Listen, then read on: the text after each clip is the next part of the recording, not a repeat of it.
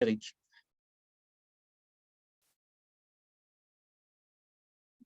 Alors, avant de vous présenter Deveco et de vous faire une démonstration d'outils, je vais vous expliquer un peu l'origine de Deveco. Deveco, en fait, on est parti de retour des collectivités territoriales, notamment de développeurs économiques, qui nous disaient qu'ils avaient des difficultés pour accéder à l'information des entreprises sur leur territoire, des données économiques sur leur territoire, que l'information elle était difficile d'accès, parfois payante, ou qui n'était pas actualisée.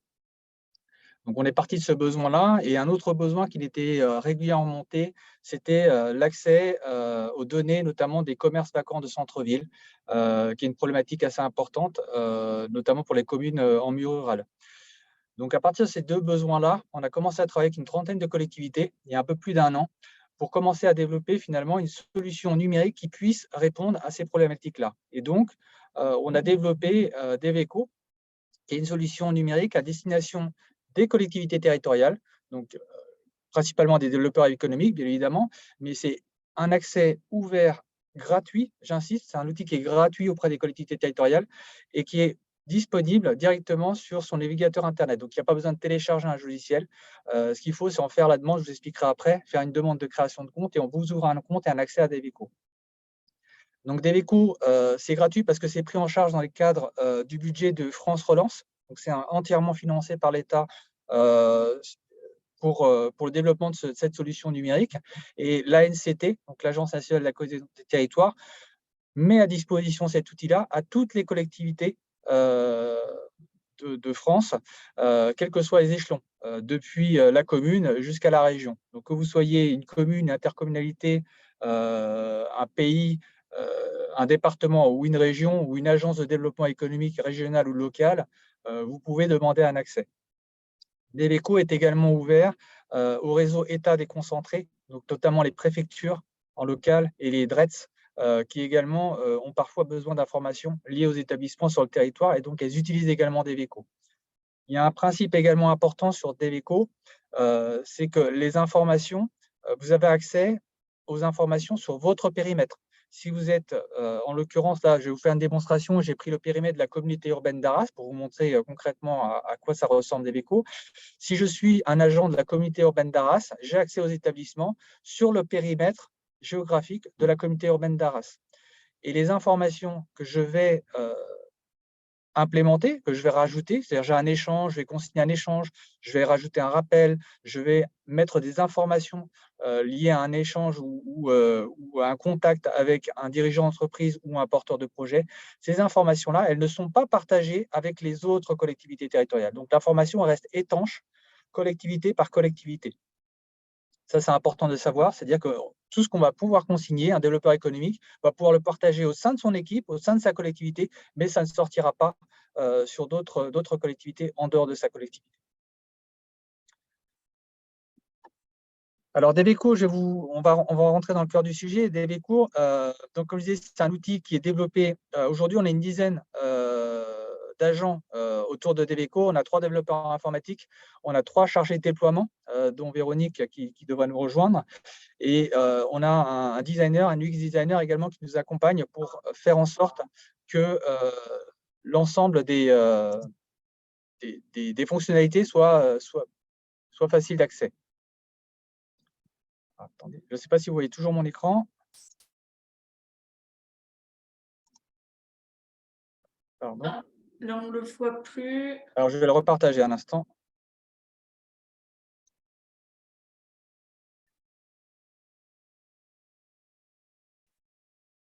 Voilà.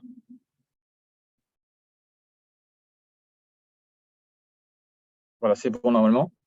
Alors, juste, j'en profite, est-ce qu'il y a une question à laquelle tu as répondu? Est-ce qu'une mairie a accès, ou la communauté de communes, donc une mairie a bien accès, peut avoir accès à Deveco? Tout à fait. C'est-à-dire que quel que soit l'échelon de la collectivité, donc la commune, l'intercommunalité et le département, le pays, la région, peut avoir accès effectivement. Après, à chaque fois, en fait, l'accès à Deveco, il est sur le périmètre de la collectivité. Donc, si c'est une commune, elle aura accès à l'ensemble des établissements de son périmètre géographique.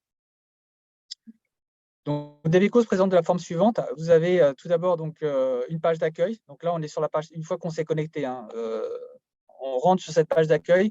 On donne quelques informations très générales sur les actualités du service, sur les rappels qui sont en cours, sur des demandes qui ont été créées. On a également les actualités du territoire, c'est-à-dire les derniers établissements qui ont été créés ou arrivés, qui se sont implantés sur le territoire. Ça peut être des déménagements.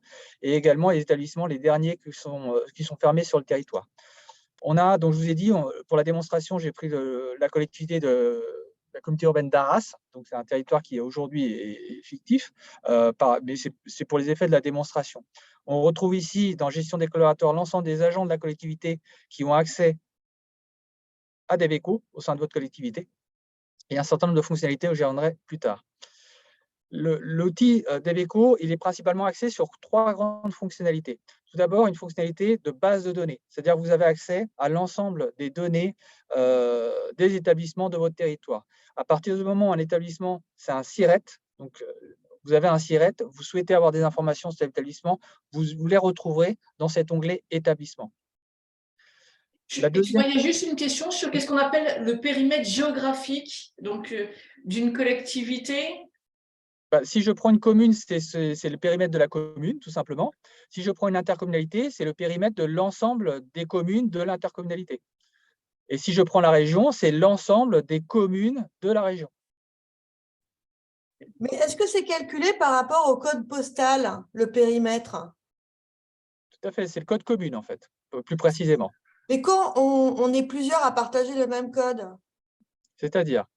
Nous, on peut être plusieurs. Quand on tape le code postal de ma commune, en fait, il y a plein de communes qui sont rattachées à ce code postal. Du coup, ça fait un périmètre vachement grand, quoi. Alors, normalement, imaginons que, je ne sais pas, vous êtes la commune je vais prendre ma commune, j'habite à Savigny-sur-Orge, par exemple. Savigny-sur-Orge est en Essonne, c'est une commune. On a un code commune et le code commune est différent du code postal. Donc, le code commune, il est propre à la commune. Donc, il n'y a pas de partage normalement de code commune entre plusieurs communes. Ah d'accord, donc ce n'est pas le code postal, c'est le code. C'est ce que je vous dis, c'est un code commune. C'est un code, pardon, je n'avais pas compris. Voilà. Code commune, ok. Ce n'est pas la même chose, effectivement. Ok. Et au niveau statistique, ce n'est pas la même chose. C'est-à-dire qu'un code commune, il n'est pas partagé entre plusieurs communes. Il est propre à une commune. Et on le connaît facilement, son code commune? Le code commune, oui, on le connaît. Il suffit d'aller sur Internet, vous tapez le nom de la commune, vous avez le code commune avec. Mais les données sont automatiques. Alors, c'est automatique. Je te propose peut-être de poursuivre la présentation et de prendre les questions ensuite. Ce qu'il faut comprendre, en fait, c'est que Deveco, si vous êtes la commune de Savigny-sur-Orge, comme je le disais, et que je vous donne un accès à Deveco, vous aurez accès à l'ensemble des établissements de votre commune, donc de Savigny-sur-Orge. Si la commune d'à côté veut avoir un accès, elle peut avoir accès, sauf que les données, elles ne seront pas partagées entre les deux communes. Donc, le périmètre est vraiment réservé au périmètre lié à la collectivité. Donc, je disais, on a 3 grandes fonctionnalités. Une première fonctionnalité, base de données. Je vais vous montrer après. Une deuxième grande fonctionnalité qui est la fonction de gestion de la relation avec l'usager et en l'occurrence avec les entreprises ou les porteurs de projets. Donc là, on a tout un outil de suivi des échanges que je vais vous montrer après. Et enfin, il y a une troisième partie, troisième fonctionnalité qui est développée dans Deveco, c'est la partie tableau de bord qui subsidie en deux grandes fonctionnalités qui est l'analyse territoriale et l'activité du service. Donc, je vous parlerai après. On va rentrer déjà dans établissement. Donc, dans cette partie établissement, vous avez tous les établissements qui sont sur le territoire. Donc là, en l'occurrence, vous voyez qu'on a 44 684 résultats sur la communauté urbaine d'Arras. Ces établissements, on a la liste, ici, donc par vignette tout simplement, et on peut surtout pouvoir faire un travail de recherche et de filtrage. Donc si je clique ici, si par exemple je vais vous donner un exemple, je veux filtrer par exemple tous les établissements qui sont coopératives, par exemple. Donc je tape dans le moteur de recherche coopérative sur mon territoire et je veux les établissements qui sont à l'état administratif actif, c'est-à-dire qu'ils ne sont pas fermés au sens INSEE. Je fais ma recherche et vous voyez que sur Arras, en coopérative, j'ai 27 résultats qui sont actifs. Et on retrouve ici ensuite les fiches correspondantes, sachant qu'on sait si c'est un siège ou si c'est un établissement dépendant d'un siège. À chaque fois, tout est tagué et tout est référencé. Si je clique ensuite sur une fiche pour avoir le détail, on a donc la fiche avec le détail des informations liées à la base de données Sirène de l'INSEE et une autre base de données qu'on utilise, qui est l'API entreprise, qui est une source de données directement depuis le ministère de l'Économie et des Finances qui donne des informations, notamment financières. Donc là, sur la base de données publiques, vous voyez qu'on a un certain nombre d'informations, comme le Sirène de SIRET, la catégorie d'activité, l'activité NAF, la tranche d'effectifs, la forme juridique, la date de création et la tranche d'effectifs avec le chiffre d'affaires des 3 derniers effectifs. Donc ça, c'est des données publiques. Alors parfois, le chiffre d'affaires, par exemple, n'est pas communiqué parce que l'entreprise ne souhaite pas que ce soit une donnée publique, mais dès lors qu'elle est accessible, on la partage sur Deveco. Donc ça, ce sont toutes les données publiques. On a ensuite ici une partie centrale grisée que vous voyez, qui sont les étiquettes. Les étiquettes, en fait, c'est la connaissance que vous pouvez avoir du terrain, qui n'est pas une donnée publique, finalement, nationale connue, mais que vous pouvez rajouter, vous, et consigner. Par exemple, pour cette société coopérative agricole, si vous souhaitez dire qu'elle fait partie de la filière agricole ou agriculture, je vais taguer tout simplement ici agriculture. Je valide et automatiquement, il va le prendre en compte comme agriculture. Et on peut comme ça créer soit des filières, des activités réelles, des zonages géographiques propres au territoire ou créer des mots-clés. Si par exemple vous avez, je ne sais pas moi, la fête de l'agriculture et que vous souhaitez préparer cet événement-là, donc en invitant et en sélectionnant les établissements de votre portefeuille, vous mettrez mot-clé fête de l'agriculture et vous pouvez la retrouver dans la recherche. C'est-à-dire que si je reviens ici dans mon filtre, on peut filtrer en données personnalisées, par exemple en mots-clés. Si j'avais enregistré fête de l'agriculture, je mets ma recherche mot-clé fête de l'agriculture et il va retrouver automatiquement tous les établissements que j'aurais sélectionnés. Je vais vous montrer également un autre filtrage possible.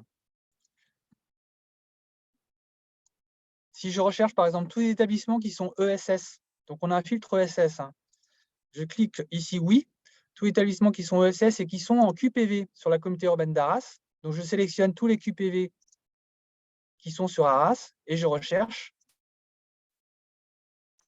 Et donc j'ai 151 occurrences qui ont été retrouvées, donc 151 établissements qui sont référencés sur la communauté urbaine d'Arras comme étant ESS. On a la possibilité, une fois qu'on a fait ces requêtes, de les exporter sous un format Excel.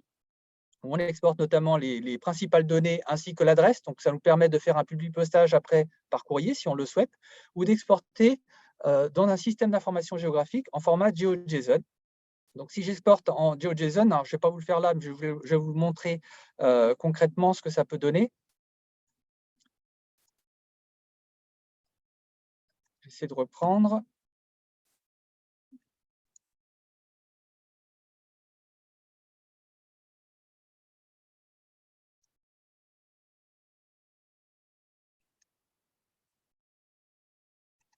Et alors, peut-être Je vais arrêter le partage et reprendre, je vais vous montrer la carte. Okay. Vous donne Et une sinon, idée. il y a 2 questions. Oui, je peux répondre en attendant, n'hésitez pas. Ouais.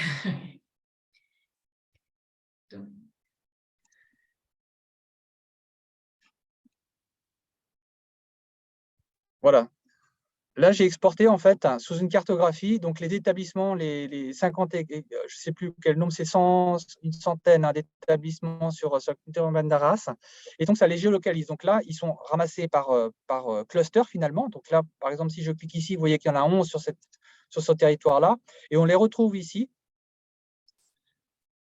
Et il suffit de cliquer dessus. Après, vous pouvez l'adapter et renseigner l'information. Donc là, par défaut, j'ai mis le nom de l'établissement avec la date de création. Vous voyez que c'est donc l'établissement, c'est Albatros Solidarité Sport et Culture.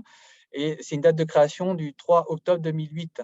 Et vous pouvez faire ça, l'adapter et rechercher les informations de niveau cartographié. Donc voilà, c'est juste pour vous montrer que l'outil permet derrière d'avoir une vision géographique de manière simplifiée pour l'ensemble des établissements. Je vais revenir sur l'outil Deveco. Hop. Et juste là, quand tu dis que tu as rentré les éléments, en fait, c'est fait automatiquement, la cartographie et les… Alors, je vais vous montrer. Donc là, typiquement, si je fais en fait, il faut faire un export GeoJSON ici. Il vous demande si vous souhaitez les données supplémentaires, donc date de création. J'ai coché date de création et je fais exporter. Il télécharge un fichier. Une fois que vous avez téléchargé ce fichier, il suffit d'ouvrir ce lien UMAP, d'importer en fait le fichier qui a été téléchargé dans UMAP. C'est un système gratuit, UMAP. C'est un navigateur qui permet de cartographier, pour ceux qui connaissent un peu la cartographie.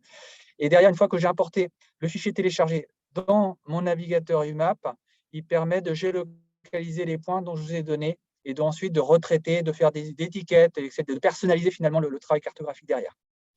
Après, certaines collectivités ont également des SIG qui sont propres, qui sont les SIG maison. Certaines collectivités de taille on dirait un peu plus importante ont leur propre cartographe. Donc là, une fois qu'on a exporté le fichier GeoJSON, ils peuvent directement importer dans leur système d'information géographique le fichier et le retravailler avec leur propre système à eux. On propose deux choses. C'est soit on a ce module-là qui est gratuit, qui est assez simple en termes de cartographie, soit on peut travailler de manière plus profonde avec un cartographe de sa collectivité, avec son propre SIG. Donc voilà dans cette première partie sur base de données. On a également un onglet créateur d'entreprise. Excuse-moi, il y avait deux questions par rapport à cette première partie.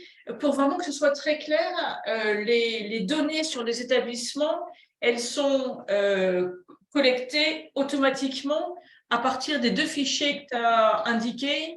Exactement. Fichiers Elles sont mises à jour de manière continue. C'est-à-dire que dès lors que l'information change dans la base de données INSEE ou dans l'API sirène, automatiquement, sur Deveco, vous verrez le changement. Donc, il y a une actualisation en continu. Ok, donc vraiment, je pense que c'est un outil qui est assez puissant parce qu'il y a vraiment ce travail d'actualisation continue. Et la deuxième question d'Aurore Médio, c'est comment est qualifiée l'entreprise économie sociale et solidaire. Alors, c'est ce que je vous disais. Normalement, en fait, la base de données INSEE sirène qualifie automatiquement. C'est-à-dire que lorsqu'on crée un établissement, soit sa forme juridique indique qu'elle est ESS. Si je prends une coopérative, par exemple, de par nature, en fait, l'INSEE va dire tout ce qui est association, fondation, coopérative et mutuelle, c'est de l'ESS. Et au-delà de ça, il y a des entreprises sous statut classique, on va dire, qui peuvent dire également et se déclarer, moi, je respecte finalement et je m'inscris en tant que ESS. Et ça, c'est un déclaratif au niveau de l'INSEE. Et l'INSEE va nous informer directement via Deveco que c'est une entreprise ESS. Donc, automatiquement, là, par exemple, j'ai fait le filtre ESS. Comme vous avez montré sur données publiques, on a un filtre ESS. Donc, si je veux uniquement celles que l'INSEE dit qu'elles sont ESS, automatiquement, il sortira que les établissements qui ont été tagués et répertoriés comme tels par l'INSEE en tant qu'ESS. Je me permets juste peut-être de réagir sur ça, si vous le voulez bien, parce que je parle au nom de ESS France. Du coup, en fait, la donnée INSEE n'est pas correcte sur le périmètre ESS. Et la seule qui vaut vraiment, c'est celle de l'Observatoire national de l'ESS. On pourra en reparler à la fin de ma présentation tout à l'heure. Donc, il y a plus de 100 000 établissements en fait qui n'y sont pas dans la partie INSEE. Donc, ça vaudrait peut-être la peine qu'on se rapproche, même si on travaille déjà avec ESS France et l'ANCT ensemble, mais sur cette base en particulier, que ce ne soit pas raccroché sur la base de l'INSEE, mais bien sur la base de l'Observatoire national de l'ESS, qui est une mission légale qui nous est confiée depuis la loi ESS de 2014, pour qu'on soit en fait au plus près des données réelles d'entreprises de l'ESS réellement. Écoutez, volontiers pour y travailler, effectivement, si voilà, on peut trouver moyen effectivement d'enrichir cette base avec vos données sans doute mieux qualifiées. Nous, on prend de la donnée publique. Et la donnée publique, aujourd'hui, c'est la base de données INSEE. Ce qui peut nous remonter, en tout cas sur les entreprises, notamment en termes de chiffre d'affaires ou d'effectifs, des données du ministère de l'Économie et des Finances. Après, effectivement, si vous avez une base de données qui est plus à jour. En fait, on repart de la base de données INSEE, mais qu'on retravaille énormément parce qu'elle n'est pas correcte aujourd'hui sur le périmètre ESS. C'est un vrai sujet de discussion entre l'Observatoire national et l'INSEE avec des marges de progression. Mais aujourd'hui, la seule qui fait foi, la liste des entreprises de l'ESS, c'est la liste publiée par l'ONES. Ok, on pourra en retravailler alors.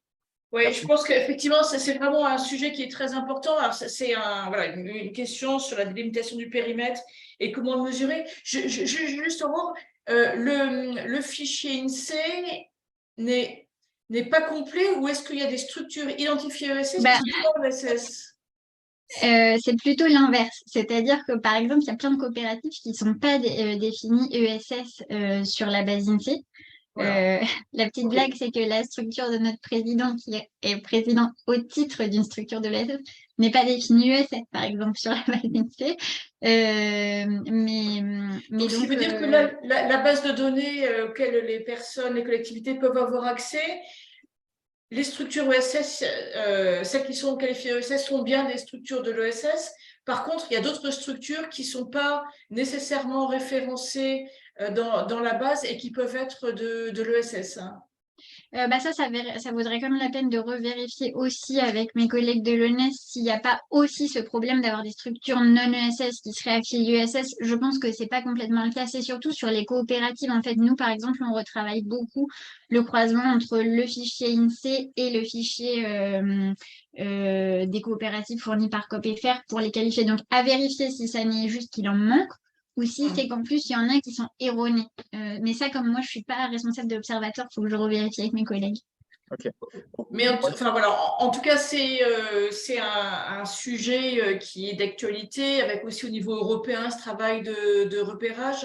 Mais enfin, voilà, il nous semble aussi que cet outil d'Eveco est une une base intéressante pour qualifier, avec effectivement quelques structures qui ne sont pas encore repérées aujourd'hui, mais c'est Ouais. Alors, un travail en cours.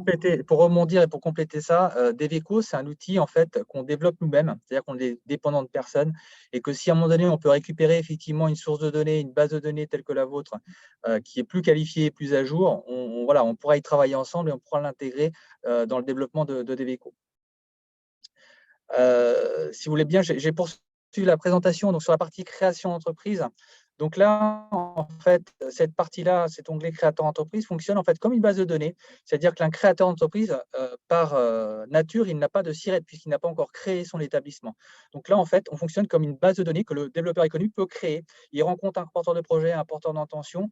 Il va créer une fiche, tout simplement ici, une fiche créateur d'entreprise.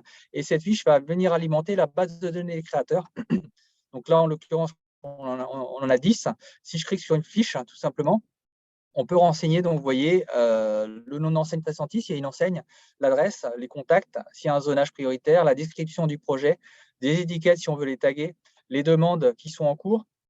Et on a tout le suivi de la relation. Je vous ai parlé tout à l'heure de la partie gestion de la relation avec les usagers.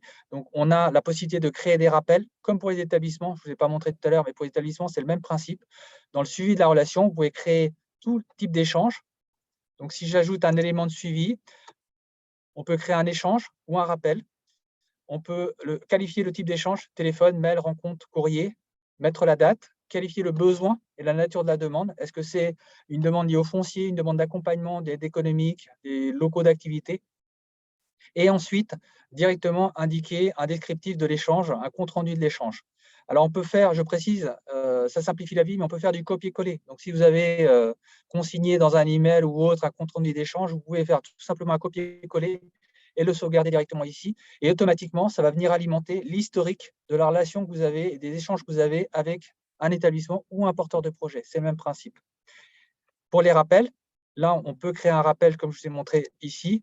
Ajouter un rappel, vous mettez la date du rappel, le titre du rappel qui peut être de dire recontacter telle personne pour tel sujet.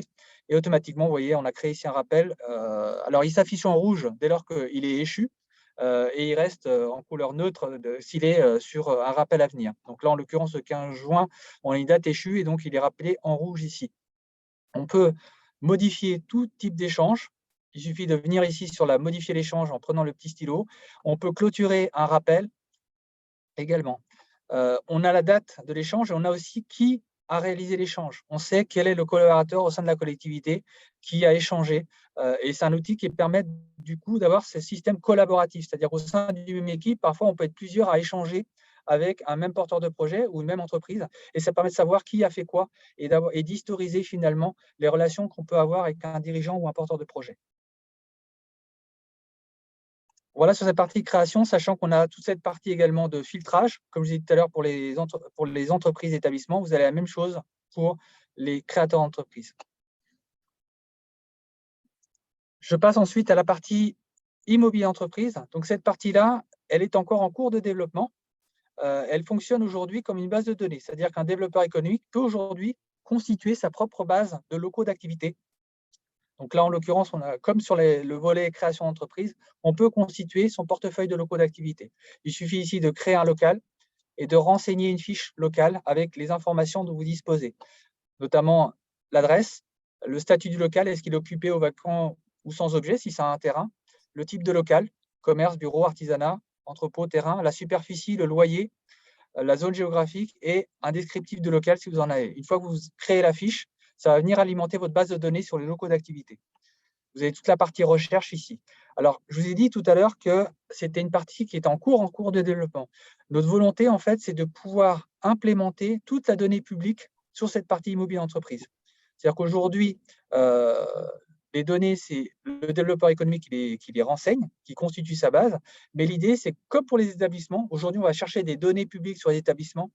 L'idée, c'est qu'on puisse aller chercher des données publiques à la DGFiP, notamment sur les locaux d'activité, sur la base des fichiers fonciers, avec notamment les bases de données CFE. Pour ceux qui connaissent, on a des bases de données comme Magic, DV3F ou Locomvac sur les locaux vacants. Donc, l'idée, c'est d'aller chercher directement ces données-là à la DGFiP, donc le Trésor public, pour les implémentants de DVECO et vous le mettre à disposition. Donc, on est en cours de négociation pour pouvoir avoir ce flux de données directement dans son DVECO. Aujourd'hui, ce n'est pas encore le cas. Ça devrait être le cas, j'espère, dans quelques semaines ou en tout cas d'ici fin d'année. Donc, c'est encore en cours d'évolution. Okay. Et j'imagine que dans les locaux, il y a aussi bien on peut repérer ou inscrire aussi bien des locaux privés que des locaux tout à fait. publics et que la caractéristique, elle figure quelque part sur le propriétaire. Tout à fait. C'est-à-dire que lorsqu'on aura les données, on aura le propriétaire. Si on récupère les données, on aura le propriétaire et donc automatiquement, on sait que si le propriétaire est une entité publique, par exemple, si c'est un hôtel d'entreprise qui appartient à l'agglomération, on saura agglomération X ou Y et on sait que c'est une entité publique. Si c'est un propriétaire, ça peut être une entreprise privée, une SCI par exemple, ou ça peut être un individu, monsieur ou madame Dupont par exemple. Voilà. Donc ces informations, dès lors qu'on récupérera le flux de données qui seront injectées dans des véhicules. Sur la partie ici, rappel, donc ça reprend ce que je disais tout à l'heure, c'est une synthèse de tous les rappels qui ont été créés, à la fois ceux qui sont arrivés à échéance, donc ça donne une vision des rappels qui sont arrivés à échéance et des rappels qui vont arriver à échéance, donc les rappels à venir. Donc c'est une synthèse globale. Et on peut ensuite, si on souhaite zoomer, par exemple, les rappels à venir sur cet établissement Julie Goguery, ben on peut recliquer sur l'établissement en question, ça renvoie vers la fiche établissement. Ok, donc il y a une question, est-ce que dans l'onglet établissement, on peut retrouver les données contacts dirigeants, les RH, Alors, etc. je vais y venir. Si par exemple je clique sur établissement, je prends par exemple le premier qui est ici sur la liste. Donc c'est une société coopérative agricole, UNEAL, et vous avez données contact ici, vous voyez. Dans cette partie contact, l'INSEE, dès lors qu'on a l'information, l'INSEE va nous remonter les informations dont on dispose. Donc là, on a des informations liées au commissaire aux comptes et aux administrateurs, vice-président et directeur général. Donc on a la fonction, on a le prénom, le nom et la date de naissance. Ce qu'on ne récupère jamais, parce que c'est des données à caractère personnel qui ne sont pas données au niveau national, c'est un email ou un téléphone. Ça, ces données-là, c'est des données terrain que le développeur économique généralement a parce qu'il a une relation directe avec l'établissement. On ne peut pas mettre à disposition un email en fait au niveau national d'un contact. Donc ça peut être qu'un travail de terrain. Donc c'est un travail de qualification et vous pouvez le renseigner. C'est-à-dire que si par exemple, en l'occurrence, Nicolas Fernet ici, qui est administrateur, vous avez un contact avec lui, vous pouvez compléter tout simplement en mettant ici son email. Donc, je vais le faire fictivement. Hop. Et un numéro de téléphone. Et vous sauvegardez automatiquement, ça viendra enrichir la connaissance de l'établissement et vous aurez le contact qui sera directement indiqué. Alors parfois, il arrive que sur certains établissements, on n'ait pas les informations de nom ou de prénom ou de date de naissance ou de fonction. Ça veut dire tout simplement c'est que l'INSEE n'a pas cette donnée-là et donc malheureusement, on ne peut pas la mettre sur DVECO. Généralement, les données nom, prénom et date de naissance, on les a dès lors que c'est une entreprise d'une taille assez importante, c'est-à-dire au moins une PME. Si on est sur des entrepreneurs individuels, c'est très rare qu'on l'ait, parce que généralement, ils ne souhaitent pas communiquer là-dessus. Ils disent les informations que je ne souhaite pas divulguer, donc on ne les a pas. Et si c'est des très, très petites entreprises, c'est également des informations qui ne remontent pas systématiquement, parce que l'INSEE n'en a pas la connaissance. Mais dès lors que ces informations, on a la connaissance, elles sont reprises dans Deveco.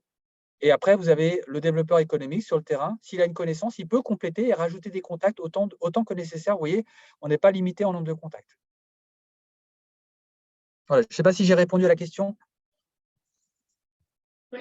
Il y a une autre question sur les activités. Pour identifier les activités, quelles sont les informations transmises par l'INSEE? Donc, c'est. Alors, sur les activités, ce que je disais, c'est que l'INSEE va nous transmettre en fait le code NAF et la catégorie juridique. Et donc, si vous avez une recherche à faire, tout à l'heure, je l'ai montré ici, dans les filtres, tout simplement, dans les données publiques, vous pouvez filtrer. Par exemple, si je veux tout établissement lié à l'action sociale, par exemple, voilà, action sociale sans hébergement, il y a un code NAF qui est associé, donc qui est le 88.99b. Donc, soit on recherche par code NAF si on le connaît, soit on recherche par l'intitulé du code NAF. Donc là, j'ai tapé action sociale, automatiquement, il le retrouve dans la liste et je le sélectionne. Donc là, si je fais action code NAF, action sociale dans l'ESS sur la communauté urbaine d'Arras, je fais rechercher et vous voyez qu'il y a 64 établissements, selon l'INSEE, qui ressortent avec ce code NAF qui sont tagués ESS. Donc, on retrouve ici, vous voyez, des associations, une ressourcerie, une maison de solidarité mercurienne, voilà, des associations diverses et variées, enfin voilà, qui sont liées à l'ESS et qui sont actions sociales, en tout cas avec ce code NAF-là. Voilà. C'est à la fois le grand intérêt d'avoir ces données INSEE et en même temps les limites du code NAF, notamment pour des entreprises de l'économie sociale et solidaire qui ont souvent plusieurs activités. Ouais. Et qui, en plus, il y a beaucoup pour les associations, il y a beaucoup de codes, alors ex, je ne sais plus quoi, 853, enfin, il y a beaucoup d'activités diverses pour les structures de l'ESS. Alors, il y a également, si par exemple vous dites, effectivement, il peut y avoir plusieurs activités dans une même association, par exemple, et forcément, elle n'a qu'un code NAF, puisqu'elle ne peut pas avoir plusieurs codes NAF. Mais imaginons, on prend cette association, l'association Les Retrouvailles. Donc, elle fait de l'action sociale sans hébergement. On n'en sait pas plus. Mais le développeur économique, sur le terrain, il peut savoir que cette association-là, elle fait de l'accompagnement de personnes âgées à domicile. Et bien, il suffit tout simplement de le qualifier en activité réelle, de leur valider, et automatiquement, ça sera repris ici, ça sera qualifié. Et lorsqu'on fait les filtres, ici en données personnalisées, tout ce que j'aurais qualifié en activité réelle, si je reprends la même chose, donc là, accompagnement de personnes âgées à domicile, si je fais rechercher, vous voyez qu'automatiquement, on retrouve la fiche que j'ai qualifiée, association Les Retrouvailles. Donc ce travail-là de qualification, de connaissance du terrain, il est complémentaire à la donnée publique qu'on peut avoir. Et derrière, vous pouvez jouer sur ces filtres-là et sur cette qualification pour bien qualifier et mieux connaître finalement les établissements de nos territoires. Et il y a une autre question, est-ce que les associations figurent dans la base de données? Oui, c'est tout ce qui est un SIRET. Donc, dès lors qu'on a un SIRET, on est dans la base de données, y compris les collectivités. C'est-à-dire que l'agglomération, la communauté urbaine d'Arras a un SIRET. Je prends des choses très simples. Un syndic de copropriété a un SIRET, par exemple. Une association, bien sûr, a un SIRET. Toute forme d'entreprise a un SIRET. Toute forme associative a un SIRET. Donc, c'est très large. Okay. Il y avait une question très précise sur les entreprises d'une coopérative d'activité et d'emploi. Donc, est-ce qu'on voit les différentes activités, mais elles ont un même numéro SIRET au sein de la coopérative d'activité et d'emploi? Donc, alors, là, je pense que ça il y a parfois des entreprises qui ont plusieurs établissements. Donc, à partir du moment où une entreprise, en fait, à la base, c'est le SIREN. C'est les 9 chiffres. C'est l'identifiant SIREN. Et derrière, on peut avoir plusieurs établissements. C'est-à-dire qu'un établissement siège, donc l'entreprise peut avoir plusieurs établissements. Et ces établissements, chacun de ces établissements a un SIRET avec les 12 chiffres. Donc, les 3 derniers chiffres, entre 9 et 12, il y a 3 chiffres, c'est la spécification de l'établissement. Et automatiquement, en fait, sur Deveco, dès lors que vous avez un établissement, je vais vous montrer, vous avez un établissement siège, je prends par exemple celui-ci, Donc ça, on sait que c'est un établissement siège avec ce sirène-là et les sirènes qui sont les derniers chiffres ici. Si je prends les autres établissements, vous voyez, on retrouve tous les autres établissements qui sont rattachés aux mêmes sirènes d'un établissement siège. Donc là, on voit qu'il y a 2 autres sociétés coopératives, une qui fait du commerce de gros et une autre qui fait de la location de terrain et autres biens immobiliers. Et d'autres établissements qui sont fermés, mais qui sont historisés dans la base. Donc, on a connaissance également des établissements qui sont rattachés à ce même établissement siège et qui sont fermés et ceux qui sont ouverts. Ok, alors il y a beaucoup de questions. Juste, Anne, je voulais juste Aurore. Oui, Aurore. En fait, je voulais juste compléter avant qu'on passe à autre chose sur les associations. Toutes les associations n'ont pas de numéro SIRET, en fait, uniquement les associations employeuses et ou celles qui ont déjà fait une demande de soutien d'une subvention publique. Ce qui fait que dans le périmètre statistique des associations, nous, aujourd'hui, quand on inclut les employeuses ou celles qui ont employé des gens dans les 3 dernières années, on est sur à peu près 1 million, 1,5 million de structures dans l'ESS, mais si on élargit à toutes les associations, notamment celles qui n'ont pas de numéro SIRET et qui n'ont pas été employeuses, on est entre 3 et 4 millions de structures. Donc, c'est quand même important aussi d'avoir en tête que toutes les associations n'ont pas de numéro SIRET aujourd'hui. Effectivement, là-dessus, dès lors que… Alors, nous, on fonctionne comme, on va dire, entité publique et collectivité publique. Une association qui va voir une collectivité, c'est généralement pour un accompagnement ou un besoin d'aide. Et donc, du coup, s'il y a une aide financière, par exemple, automatiquement, il faut qu'elle ait, à un moment donné, une entité juridique.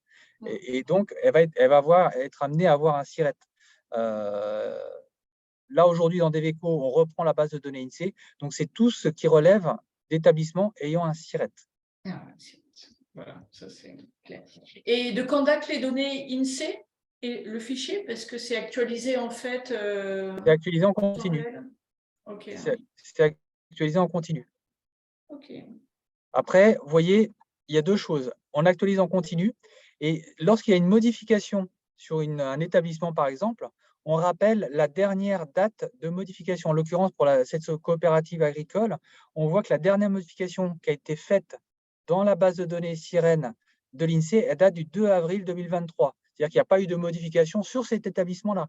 Par contre, la base de données Sirène, elle est à jour dans le sens où il n'y a pas eu de modification depuis le 2 avril sur cet établissement-là. Peut-être qu'il y a d'autres modifications sur d'autres établissements. Donc, ça veut dire que la fiche, automatiquement, elle est mise à jour.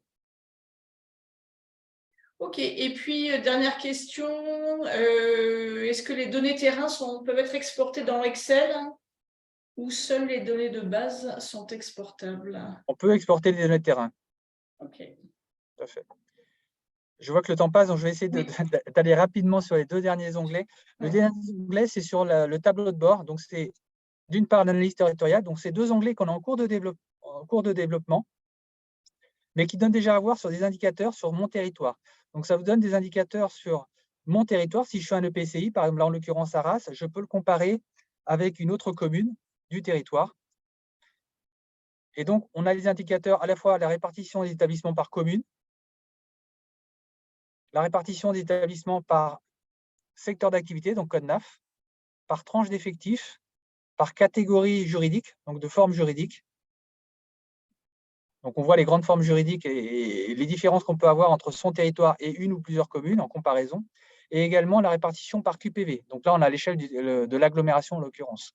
Donc, on sait par exemple sur le QPV d'Arras-Ouest qu'il y a 420 établissements qui représentent 52% des établissements en QPV sur ce territoire-là. Donc ça, c'est à voir sur les tableaux de bord. Donc c'est un onglet qui est en cours de développement. On va l'enrichir ces prochaines semaines et prochains mois, d'ici fin d'année, pour apporter d'autres indicateurs complémentaires sur cette partie analyse territoriale. Et enfin, on a une dernière partie qui est activité du service, là qui fonctionne comme un reporting. L'idée, c'est que ça donne à voir en fait sur l'activité que fait la collectivité vis-à-vis de son tissu économique, donc à la fois sur les établissements et sur les créateurs d'entreprises. Donc ça permet de voir, par exemple, quels sont le nombre de rappels qui sont en cours, le nombre de rappels qui sont clôturés ou arrivés en échéance, quels sont les établissements qui sont en portefeuille, combien sont issus des QPV, la répartition des échanges, combien de nouveaux échanges, la typologie des demandes en cours. Donc, ça permet de savoir voilà, qu'on a par exemple 30% en l'occurrence là qui sont des demandes en cours qui sont sur l'aide économique. Donc, ça permet de se rendre compte finalement quelle est la nature d'activité qu'on mène auprès des établissements de son territoire. et des indicateurs voilà, sur les demandes et les actions en cours. Donc là, pareil, on est en phase de développement sur cette partie-là et d'enrichissement. On a la même chose sur les créateurs d'entreprises. On permet d'avoir voilà, des indicateurs sur le reporting. Donc ce reporting, il est important, notamment pour les élus. Les élus demandent souvent aux développeurs économiques qu'est-ce qu'on a réalisé en termes d'accompagnement, par exemple, ou combien de créateurs on a accompagnés sur la dernière année. Donc, l'idée, c'est qu'on puisse, aujourd'hui, on est sur les 5 derniers jours, en tout cas, sur 7 derniers jours, pardon, sur ce type de tableau de bord. L'idée, c'est qu'on mette la possibilité à l'utilisateur de dire quel est le créneau temps. C'est-à-dire que si je veux, par exemple, sur 2021, combien de porteurs de projets j'ai accompagnés, combien ont créé leur entreprise réellement, voilà. Le tableau de bord va pouvoir sortir ces données-là année par année ou de telle période à telle période et faire des comparaisons entre périodes. Donc, on est en cours de développement et ça va, voilà, c'est des choses qui vont encore évoluer. Ok. Alors, tout simplement, dernier élément, je vais vous partager dans le chat en fait le lien pour ceux et celles qui souhaitent demander un compte ou une création de compte. N'hésitez pas, j'ai arrêté le partage du coup, à demander un compte. Hop, j'ai essayé de le mettre. Super, merci beaucoup. Céline Lapère de Bordeaux dit c'est très intéressant.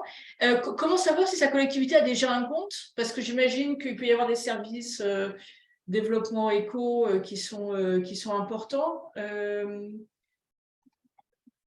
Alors, tout simplement, il faut nous faire la demande. Vous demandez un compte et on vous dira tout simplement parce qu'on a, je ne l'ai pas dit, mais aujourd'hui, on a près de 200 collectivités territoriales qui ont un compte chez Deveco au niveau national, ce qui fait plus de 450 utilisateurs, donc utilisateurs individuels. Donc, on a énormément de monde. On souhaite élargir au national le plus possible. C'est pour ça qu'on fait la présentation, pour que ça soit connu le plus possible, sachant que c'est un outil qui est gratuit. Donc, voilà, il est à disposition des collectivités. On souhaite que les collectivités en soient informées. Après, elles l'utilisent ou elles ne l'utilisent pas. Elles peuvent l'utiliser en fonction des besoins qu'elles peuvent avoir. Chaque collectivité peut avoir des besoins différents. Donc, chacun peut l'exploiter une partie de Deveco ou tout Deveco. C'est à la carte. Il n'y a pas de coût lié à ça et c'est tout simplement une demande à faire de compte que je vais vous envoyer sur le chat, le formulaire d'accès. Donc, n'hésitez pas à cliquer sur ce lien pour demander un compte directement. Il y a un petit questionnaire qui vous dit en gros quels sont, voilà, si la présentation, faire un feedback sur cette présentation que je vous ai faite aujourd'hui et surtout de renseigner vos coordonnées pour solliciter un compte. En indiquant bien votre nom, prénom, votre adresse email et surtout la collectivité que vous êtes pour qu'on puisse vous ouvrir un compte. Je précise qu'on ouvre des comptes qu'aux collectivités ou au réseau État déconcentré. Donc, si on n'est pas une collectivité au sens large, c'est-à-dire une commune, un EPCI, un pays, un département, une région ou une agence de développement économique rattachée à une région ou un EPCI ou à une commune, on ne pourra pas malheureusement ouvrir de compte parce que c'est un outil qui a un accès restreint pour des agents publics de collectivités territoriales. Voilà. Ok. Et la demande peut être faite par n'importe qui dans la collectivité, enfin aussi bien par un élu que quelqu'un d'un service. Ok. Et une question précise. Voilà, j'ai une question, peut avoir autant de comptes. Il y a autant de comptes que nécessaire. C'est-à-dire que parfois, on a des très petites équipes où il y a une ou deux personnes dans une commune et parfois, on a certaines collectivités où on a 60 comptes parce qu'il y a 60 développeurs économiques au sein de la direction. Donc, voilà. Ok, merci beaucoup. Je me permettrai de faire un mail aux personnes qui se sont inscrites au webinaire avec les liens pour l'inscription et un petit compte-rendu rapide de la présentation de Deveco. Merci beaucoup, Jean-Baptiste. Je propose de passer peut-être tout de suite la parole à Aurore Médieux pour présenter Carteco, qui est un très bel outil qui a été développé par ESS France, complémentaire à celui-ci. Et puis, voilà, de prendre aussi au fur et à mesure un peu les questions. Et s'il y a des questions plus précises, est-ce qu'on peut donner l'adresse mail? Oui, je vais la mettre dans le chat. Ok, parfait, merci. Merci Aurore. Je te laisse la parole. Merci Anne-Laure. Bonjour à toutes et tous. Alors, je vais juste essayer de partager mon écran. Ouh là là, sur Zoom, il y a plein de fenêtres. Hop. Est-ce que vous voyez mon écran? Oui. Oui. Ok, je vais essayer de jongler peut-être aussi avec, après d'aller sur l'outil en ligne pour vous faire voir directement, mais c'était intéressant aussi que vous puissiez avoir des éléments de langage sur une présentation.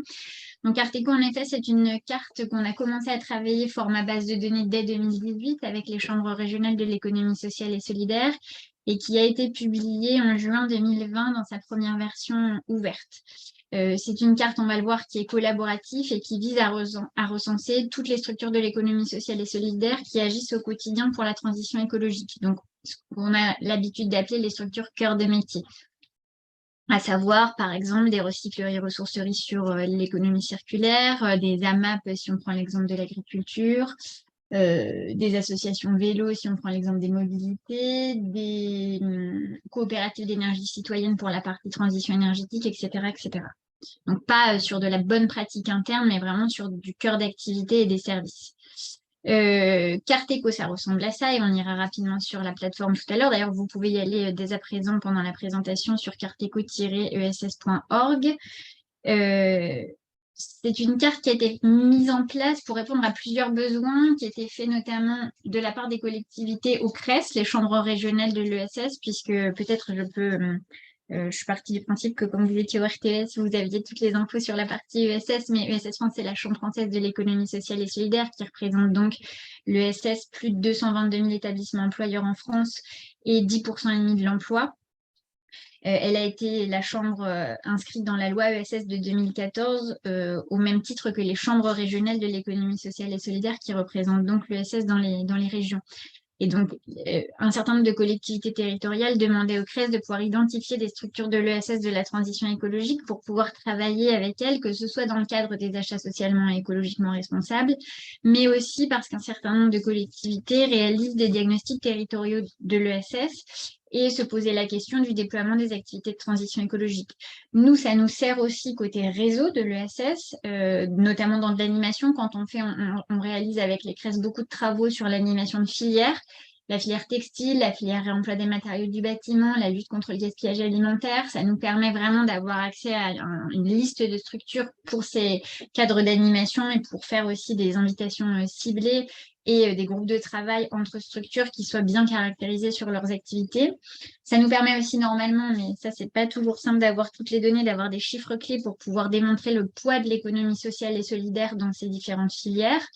Et puis, la mission d'observation des CRES, tout comme celle de l'Observatoire national de l'ESS dont je parlais tout à l'heure, elle est reconnue dans la loi. Elle fait partie des 5 missions légales des CRES d'avoir un observatoire régional de l'ESS pour vous permettre, vous, collectivités, d'avoir accès à des données extrêmement précises de l'ESS dans vos territoires. On a aussi à cœur qu'elle puisse servir plus largement sur la notion d'achat socialement écologiquement responsable à toute entreprise qui aurait envie de s'approvisionner auprès de fournisseurs de l'ESS de la transition écologique. Et puis, on voit que ça permet aussi aux organisations de l'ESS elles-mêmes de pouvoir trouver des partenaires sur les territoires pour créer des coopérations territoriales. Pourquoi on a créé Carteco et pourquoi on n'est pas resté juste sur la liste des entreprises de l'ESS qui est portée par l'Observatoire national de l'ESS et les CRES? Pour la simple et bonne raison que la seule qualification, donc en effet, puisque je le disais tout à l'heure, on retravaille la donnée issue des données de l'INSEE pour la requalifier et la corriger. Néanmoins, on est bien en effet aussi à la base sur des données, sur ces sources publiques-là. Et donc, le seul niveau de qualification, malheureusement, c'est le code NAF. Or, la majorité de nos structures vont se retrouver dans le code, je crois que c'est 44, 49Z, quelque chose comme ça, 49, 44Z, autre. Ce qui veut dire qu'on n'avait aucune idée de l'activité réelle qui est portée par nos structures, notamment sur les enjeux de transition écologique. Et que donc, ça ne pouvait pas suffire sur l'identification réelle, le poids de l'ESS dans ces filières-là. C'est pour ça qu'on a créé Carteco dès 2018, parce qu'on avait besoin d'aller plus loin dans la qualification. On a commencé avec un premier secteur d'activité, gestion des ressources et des déchets, qui s'appelait avant économie circulaire, mais qui n'était pas très clair en termes de métier, puisqu'on peut quasiment mettre toutes les démarches en fait de production durable, que ce soit de l'énergie, de l'agriculture, aussi dans le premier et deuxième pilier de l'économie circulaire. Donc, on a préféré le renommer gestion des ressources et des déchets pour que ce soit plus clair. C'est une catégorie où on a 520 champs différents de qualification de l'activité en back-office, dans la partie tableur, base de données. qui nous permet notamment d'identifier pour chacun des flux, par exemple sur le réemploi, si la structure fait de la collecte, du réemploi, de la réparation, de la préparation recyclage, etc., etc. Et on peut même aller jusqu'à enquêter les tonnages annuels par type d'activité pour chacun des flux. Ça permet aussi de voir, vous le voyez sur la gauche, hein, les structures de lutte contre le gaspillage alimentaire. Je crois qu'aujourd'hui, on n'est pas loin de 320 structures référencées en France, sur la formation à la gestion des déchets, etc., etc. Depuis septembre 2022, on a intégré l'agriculture et l'alimentation durable avec 150 champs de qualification qui ont été travaillés, encore une fois, avec les grands réseaux nationaux spécialistes de ces sujets, Terre de Liens, les AMAP, Réseau Cocagne, ce qui nous permet en fait d'espérer avoir des champs de qualification qui soient au plus près des activités de nos structures de l'ESS représentatives de ces activités-là. Aujourd'hui, où on en est sur la gestion des ressources et des déchets, on a, plutôt que des points, je pourrais remplacer en mettant structure, ce serait plus correct. On a plus de 3750 structures qui sont référencées partout en France, outre-mer inclus, sur la gestion des ressources et des déchets et sur l'agriculture et l'alimentation durable. Aujourd'hui, après donc quelques mois d'ouverture de secteur d'activité, on n'est pas loin de 400 structures référencées, en particulier sur 3 régions qui se sont positionnés sur cette filière, l'Île-de-France, la Normandie et la Nouvelle-Aquitaine. Il faut savoir que même si ESS France va être sur le pilotage et les évolutions générales de l'outil, ce sont bien les chambres régionales de l'ESS qui vont aller récupérer la donnée, enquêter les structures, modérer la donnée en back-office pour s'assurer que les structures relèvent bien du périmètre de l'économie sociale et solidaire, en particulier pour celles qui sont sociétés commerciales de l'ESS, à savoir ni des associations mutuelles, fondations coopératives, mais bien le 5e statut de l'ESS qui demande une vérification du CABIS et donc de la décision en fait de la DRETS sur l'appartenance ou non à l'économie sociale et solidaire. On est toujours à la première diapo, Aurore. Je ne sais pas si c'est... Ah non, c'est pas normal. C'est pas normal. Oh, merci Marie-Lynne qui nous... D'accord. Moi, j'ai été à la 6e diapo. Le diaporama sera de toute façon diffusé. Oui, oui, oui. C'est dommage. Il y avait tout ça sur des slides. Est-ce que là, ça bouge quand je sors du plein écran? Voilà, se référencer sur ça bouge, ok. Bon, en effet, du coup, voilà. Okay. Vous avez raté tout ça. C'est pas grave. Vous l'aurez après. Donc, se référencer sur Carteco et actualiser sa donnée, on a choisi de travailler sur un outil où n'importe qui peut, que ce soit même un citoyen, une citoyenne, peut choisir de référencer une structure. Alors, évidemment, on imagine bien que les niveaux de qualification ne seront pas les mêmes si c'est un salarié, une salariée de la structure concernée. Néanmoins, c'est l'occasion d'avoir un premier niveau de référencement et de pouvoir ensuite prendre contact avec la structure et lui demander d'actualiser sa fiche d'identité. Je vais venir sur l'outil après pour juste vous faire voir très rapidement en fait tout ce que je dis, comment ça fonctionne. Cette année, en 2023, on travaille à l'intégration de 2 nouveaux secteurs d'activité, le bâtiment durable, même si vous avez déjà quelques éléments sur le bâtiment, en particulier sur l'éco-construction et le réemploi des matériaux du bâtiment dans la partie gestion des ressources et des déchets. Mais les acteurs cœur de métier trouvaient que c'était peu lisible et donc préféreraient que cela soit dans une catégorie plus large, bâtiment durable. C'est pour ça qu'on va y travailler dès cet été. Et la mobilité durable. Évidemment, on ira vers les questions d'énergie, vers les questions de recenser aussi toutes les associations de protection de la nature et de l'environnement. On commence aussi à voir, dans le cadre d'autres programmes que l'on mène, le besoin de référencer les acteurs de l'ESS qui peuvent accompagner des organisations à leur transformation écologique interne. Donc ça aussi, ce sera normalement référencé sur Carteco. Pourquoi je dis que c'est collaboratif? Parce que le formulaire aujourd'hui, il est accessible à tout le monde. Vous allez sur Carteco, vous mettez ajouter une structure, vous pouvez renseigner une structure qui n'est pas déjà référencée. Et puis, on a vraiment à cœur de pouvoir le faire en partenariat entre les CREF et les collectivités de leur territoire. C'est-à-dire que si vous avez déjà une liste de plusieurs structures, on ne vous demande pas nécessairement de renseigner à la main toutes les informations sur Carteco. On peut aussi intégrer des imports qu'on appelle en masse de listes de structures directement par le back-office. Comme on avait à cœur de travailler à la notion des communs numériques avec Carteco, on a déjà choisi de travailler sur la plateforme GoGoCarto, qui est un logiciel libre qui permet de créer des cartes sur n'importe quel périmètre et même à l'échelle internationale. Depuis qu'on a fait ce choix, cette plateforme, elle a vraiment explosé, notamment dans les écosystèmes de l'ESS en termes d'usage, et c'est très positif puisqu'aujourd'hui, on est à plus de 1000 cartes référencées sur Google Carto. Pourquoi on a choisi ça? Parce qu'on savait qu'il y avait une communauté très forte de structures de l'ESS ou de réseaux de l'ESS qui se trouvaient sur Google Carto et que elle pouvait aussi être sur les enjeux de transition écologique. Or, aujourd'hui, ce que l'on est en train de tester actuellement, là en juin 2023, c'est ce qu'on appelle l'interopérabilité des données.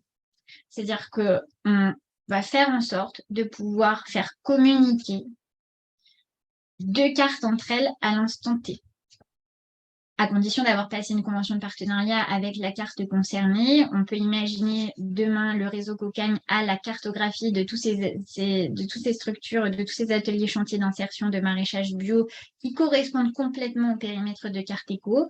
Si ESS France et réseau Cocagne passent une convention de partenariat, alors on peut complètement imaginer techniquement parlant, de pouvoir faire communiquer ces données d'une carte vers l'autre.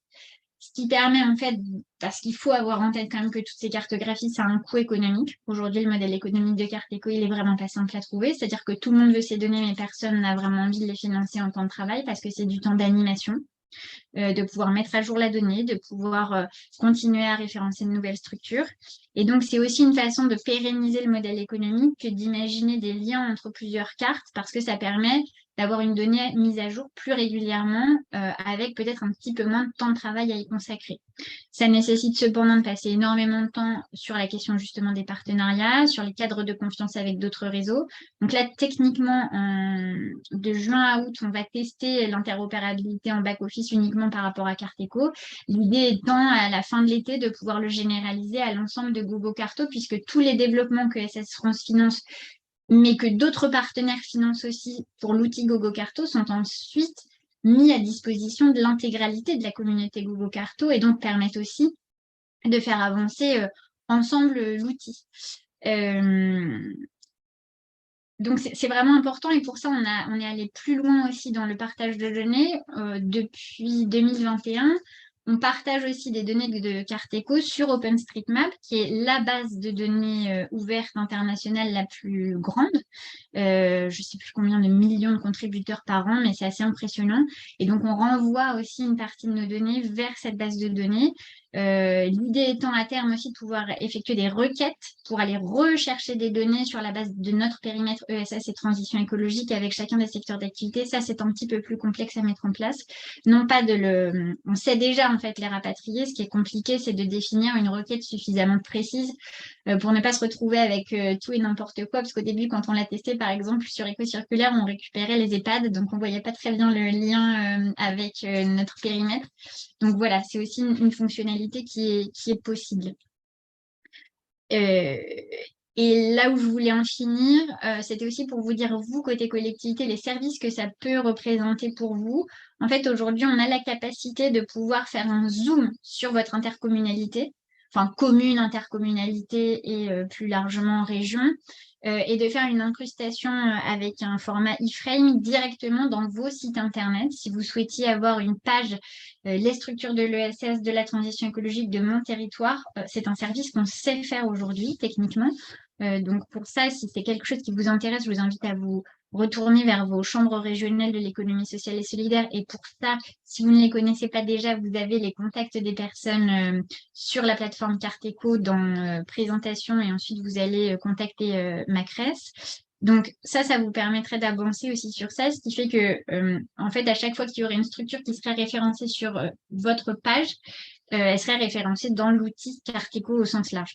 Et on peut même aller plus loin aussi. On peut notamment maintenant qu'on va avoir l'interopérabilité qui va fonctionner, on serait en mesure de créer des cartes, de vous permettre de créer des cartes plus larges que le périmètre de Carteco. Par exemple, toutes les structures de l'ESS de mon territoire, ce n'est pas la vocation de Carteco puisqu'on n'est que sur transition écologique, mais que les données de transition écologique, elles communiquent entre elles pour se mettre à jour. C'est aussi important pour nos structures de ne pas avoir à se mettre à jour sur 50 plateformes différentes parce qu'en fait, elles n'ont pas le temps, elles ne les connaissent pas et c'est quelque chose de très compliqué.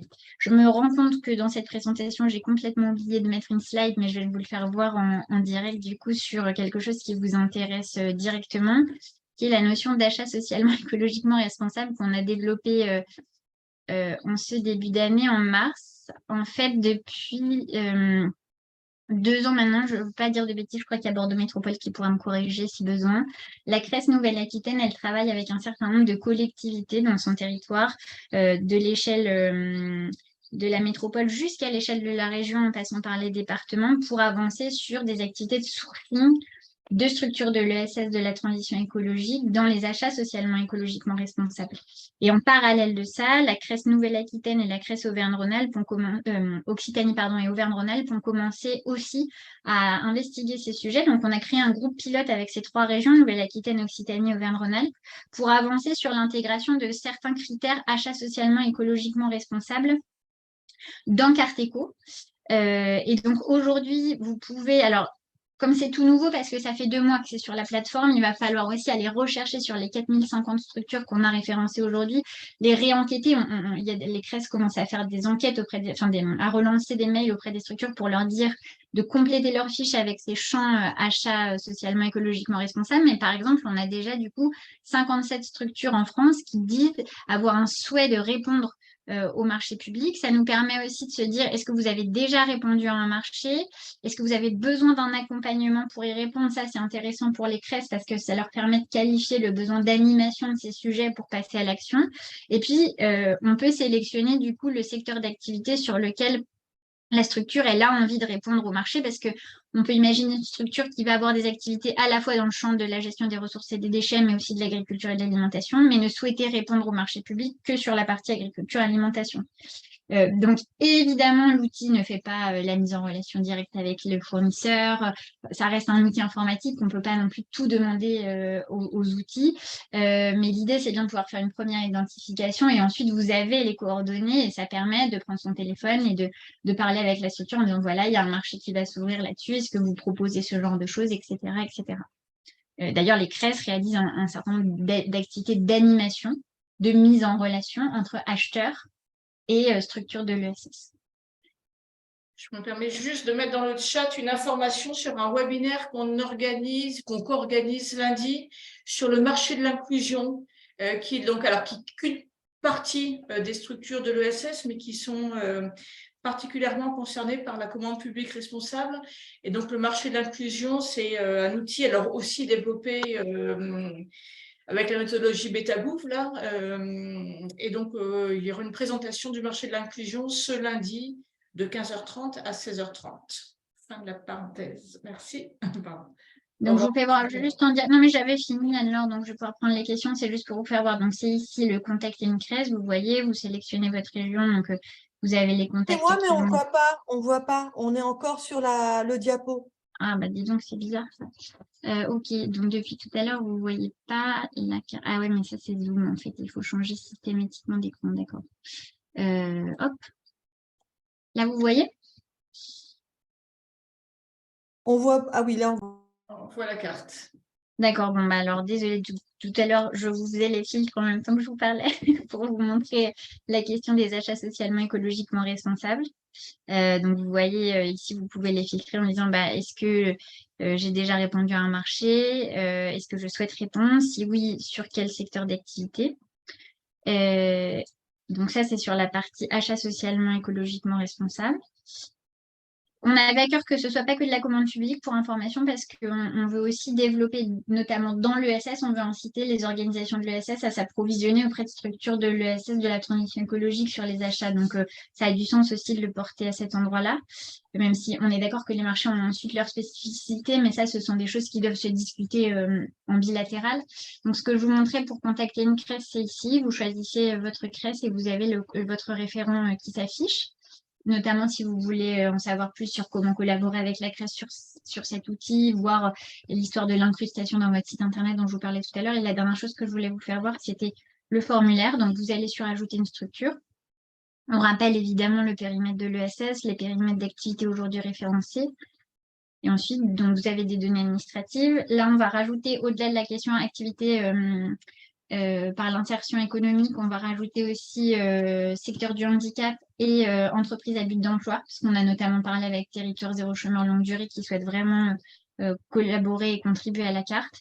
Et vous voyez ensuite, donc on a un encart spécifique sur les marchés et un autre là où on vient vraiment renseigner son activité.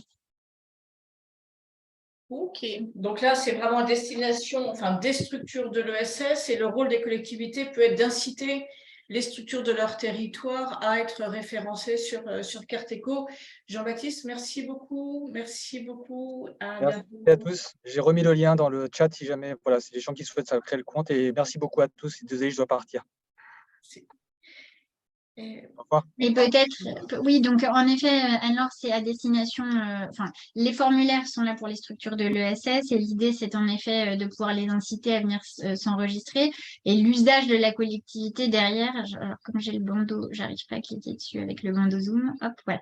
L'usage pour les collectivités, c'est de pouvoir justement faire des opérations de sourcing par rapport à ça, et, en collaboration avec leur chambre régionale de l'ESS. Parce que là, quand même, vous avez une vérification très fine du statut de l'économie sociale et solidaire de la structure, puisque en back-office, chaque chambre régionale valide, modère la donnée de son territoire. Donc ça, c'est important.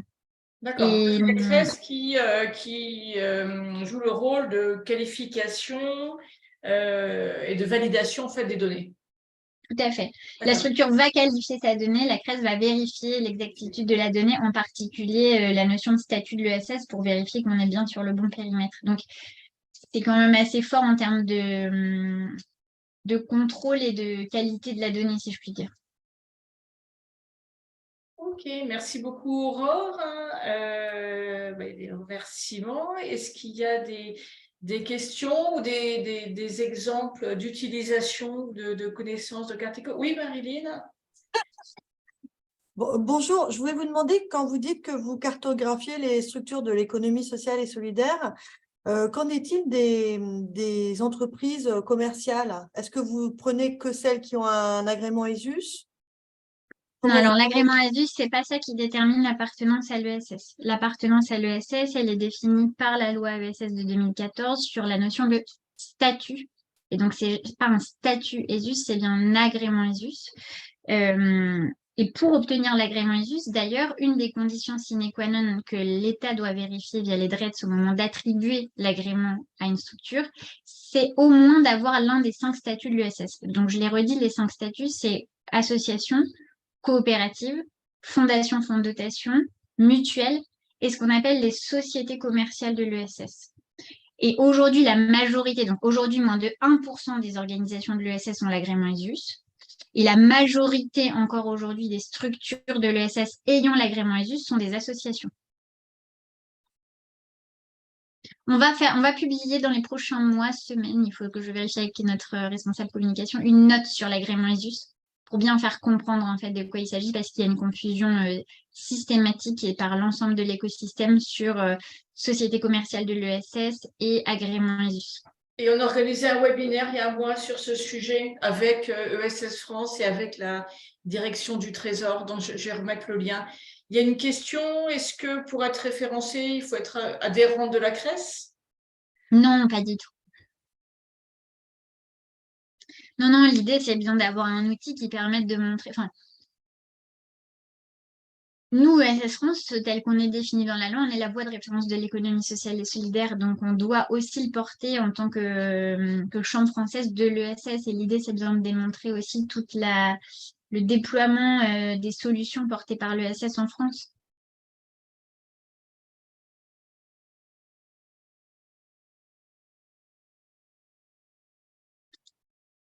S'il n'y a pas d'autres questions, je me permets juste de prendre 2 minutes pour compléter sur la liste des entreprises. Je vais vous mettre le lien plus largement Carteco parce que c'était aussi quelque chose de ta demande, Anne-Laure, sur la donnée ESS. Et après, de toute façon, s'il y a d'autres questions qui montent sur Carteco dans les minutes qui viennent, on les prendra évidemment. Mais donc, j'en ai déjà dit une partie tout à l'heure en réponse, enfin en complément de ce qui était présenté sur Deveco par la NCT.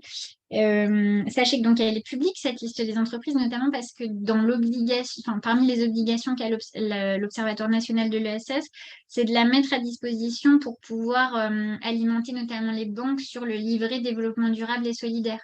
puisque c'est bien à partir de cette liste-là que les banques elles peuvent ensuite choisir de réorienter l'épargne du livret LDDS vers nos structures de l'ESS. Donc, je vais vous le mettre dans le chat. Vous avez soit directement sur notre site ESS France. Voilà, et je vais vous mettre aussi parce que on le publie sur data.gouv. Et aujourd'hui, ce qui est très intéressant, donc là c'est la donnée actualisée, c'est-à-dire la donnée INSEE retravaillée au mois de... Je vais prendre les notes de mon collègue sous les yeux parce que c'est lui qui m'avait dit, donc ouais, mai 2023. Ce sont des données qui ont été actualisées pour mai 2023. En effet, il me précisait dans son mail que la liste INSEE était notamment corrigée avec tous les établissements hors périmètre ESS côté INSEE, qui sont les SCOP, les SIC. C'est pas négligeable, hein, c'est quand même 850 coopératives qui ne sont pas classées par l'INSEE comme de l'ESS. Et aujourd'hui, on travaille, nous, en interne, à pouvoir avoir un outil qui permette, enfin, on sait le faire. On peut récupérer, en fait, une liste de structures avec les numéros SIRET et être capable, en le faisant travailler, de pouvoir dire de vous qualifier votre liste, en fait. C'est-à-dire, si vous avez 50 structures, on est capable de vous dire il y a X structures qui sont de l'ESS ou pas. Donc ça, on sait faire maintenant grâce au système d'information qu'on a développé. Ok. Sur la CRES Grand Est, vous avez raison. Ça s'appelle Acheter responsable Grand Est. C'est une carte qui existait depuis longtemps, avant même la sortie de Carteco. On a fait le lien. En fait, on fait le lien à la main pour le moment sur les secteurs d'activité présents sur Carteco. Donc, on l'a fait sur gestion des ressources et des déchets pour le moment. On a en fait défini avec la CRES les secteurs d'activité de la carte acheter responsable qui étaient compatibles avec le champ gestion des ressources et des déchets. Et on les a importés en back-office parce que pour le moment, comme cet outil, c'est un outil qui n'est pas libre, c'est un outil payant qui fonctionne avec un prestataire. Faire l'interopérabilité avec des outils qui ont chacun... C'est pour ça aussi qu'on voulait vraiment être sur un logiciel libre, sur des questions d'open data, pour être extrêmement souverain aussi du développement de l'outil. Ça, c'est très, très important aussi aujourd'hui dans la gestion de la donnée. Je pense qu'on ne le dit pas assez souvent, mais en fait... c'est vraiment un énorme sujet aussi du partage de la valeur autour de la donnée. Et donc, ça complexifie le fait de faire l'interopérabilité, c'est-à-dire le lien direct de faire communiquer les données. Ça demande donc un temps de travail supplémentaire qui est d'identifier les structures, de les extraire et donc de régulièrement dans le temps se poser la question de l'actualisation de ces données. C'est-à-dire si ces mêmes structures sont actualisées sur Carteco, comment on réinjecte cette information dans Acheter responsable Grand Est et réciproquement. Et c'est pour ça qu'on n'a pas intérêt à développer 50 000 outils qui ne communiqueraient pas entre eux, parce que vous voyez bien ensuite le temps de travail humain que ça demande, puisque ça, la machine ne peut pas le faire. En tout cas, pas toujours et pas si simplement. On y travaillera probablement dans les prochaines années à l'interopérabilité au-delà de GoGoCarto.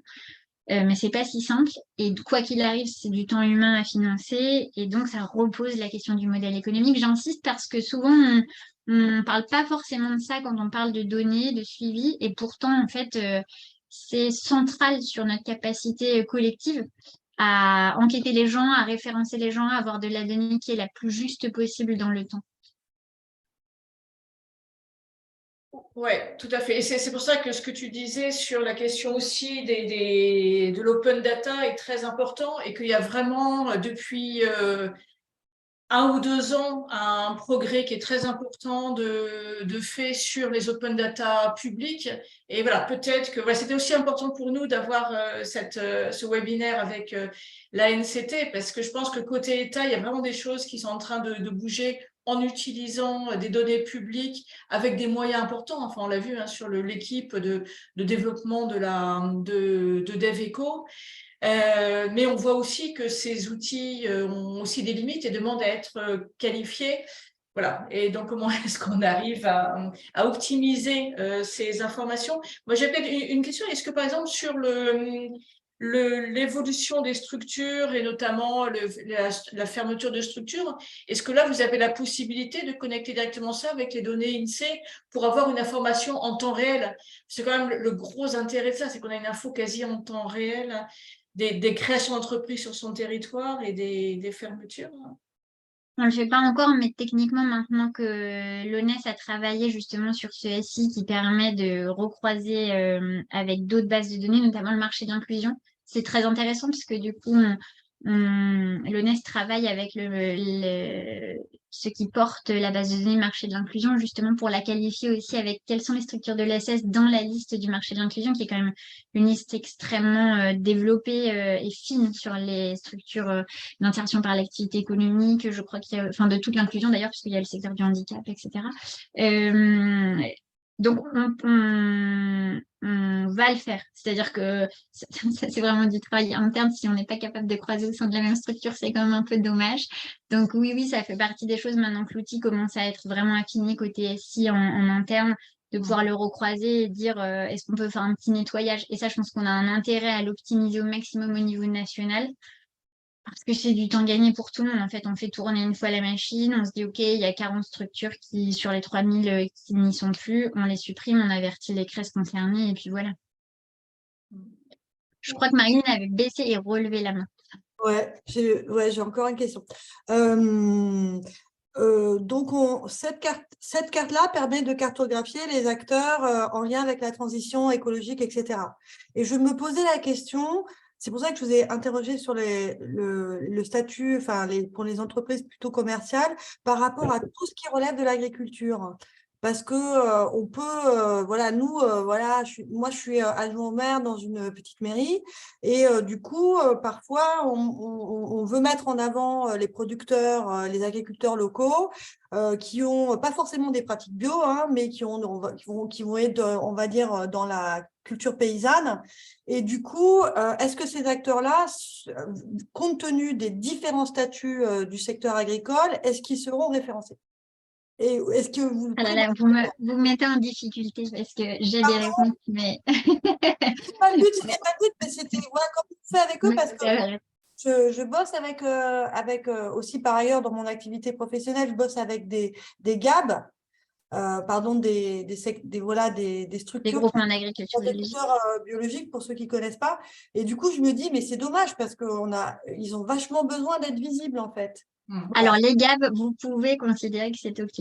Non, mais pourquoi vous mettez en difficulté? Vous mettez en difficulté politique dans ma réponse et pas technique. C'est-à-dire que aujourd'hui, 9 agriculteurs sur 10 en France sont dans des coopératives. Donc, 90% des agriculteurs appartiennent à la famille de l'ESS, pour répondre à votre question.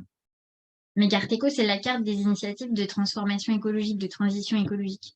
Et on ne peut pas considérer aujourd'hui, et ça on peut se le dire, ensuite on peut être d'accord, pas d'accord sur certains leviers, mais on ne peut pas considérer que 90% de l'agriculture française a fait sa transition agricole écologique ou agroécologique.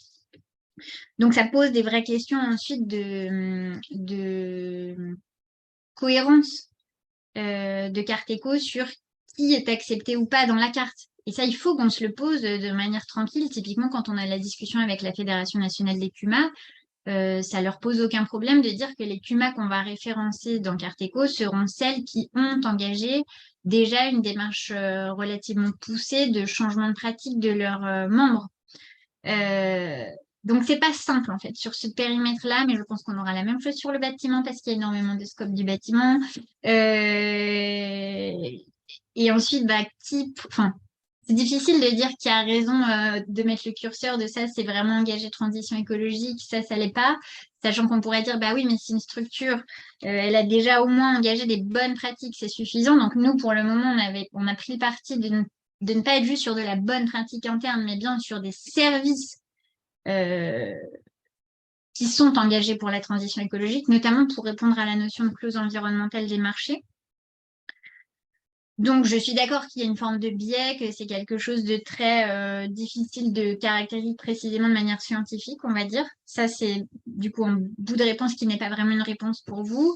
En revanche, dès lors que le GAB, c'est pas une question en fait. Mais du coup, je reviens sur ESUS, et du coup, je me dis, mais en fait, peut-être la réponse est dans ESUS, en rajoutant la question, j'ai bien dit peut-être, en rajoutant dans les 5 critères que vous avez décrits tout à l'heure, ce critère-là. Et là, on pourrait peut-être arriver à résoudre le problème. Enfin, c'est ce que Oui, alors, c'est le même, euh, je sais, mais bon. il y a déjà une notion de développement durable environnement dans l'agrément ESUS tel qu'il est défini dans la loi. Une des conditions, enfin, si vous démontrez un service de développement durable environnemental, ça peut faire partie des conditions qui vous permettent d'y accéder.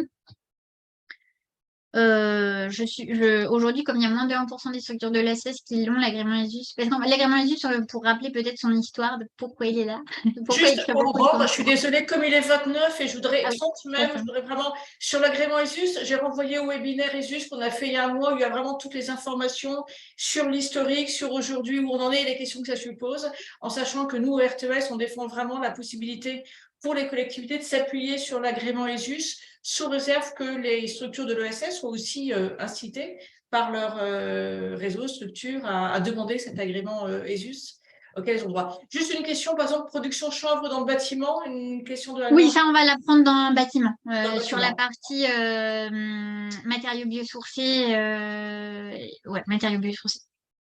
Ok. Eh bien, écoutez, si vraiment il y a d'autres questions et d'autres remarques, je vous propose peut-être, Aurore, de donner aussi ton mail et, pour les questions. Mais c'est vrai que voilà, ça renvoie à des questions un peu de fond sur le périmètre de l'ESS et les questions qui sont posées. Je vous remercie beaucoup pour votre participation et les échanges très, très riches. Je vous donne rendez-vous, à ceux qui le souhaitent et qui peuvent, à l'Assemblée générale du RTES qui aura lieu à Nantes les 6 et 7 juillet et qu'on organise au Solilab le vendredi 7 juillet. Donc c'est, j'espère, Céline, si tu n'es pas bloqué par le Tour de France. 6 et 7 juillet avec une table ronde sur le foncier, le 6 juillet, des visites de structures à Nantes et des ateliers. Le 7 juillet, vous avez le programme sur le site du RTES. Merci beaucoup. Si vous en êtes d'accord, mais je vous demanderai quand même de communiquer éventuellement vos adresses mail, je ne sais pas, les participants, si je communique auprès de Jean-Baptiste Fernandez, enfin, je vous demanderai l'autorisation. De toute façon, merci Aurore, merci à tous, à très bientôt. Merci beaucoup. Bonne journée. Bonne journée.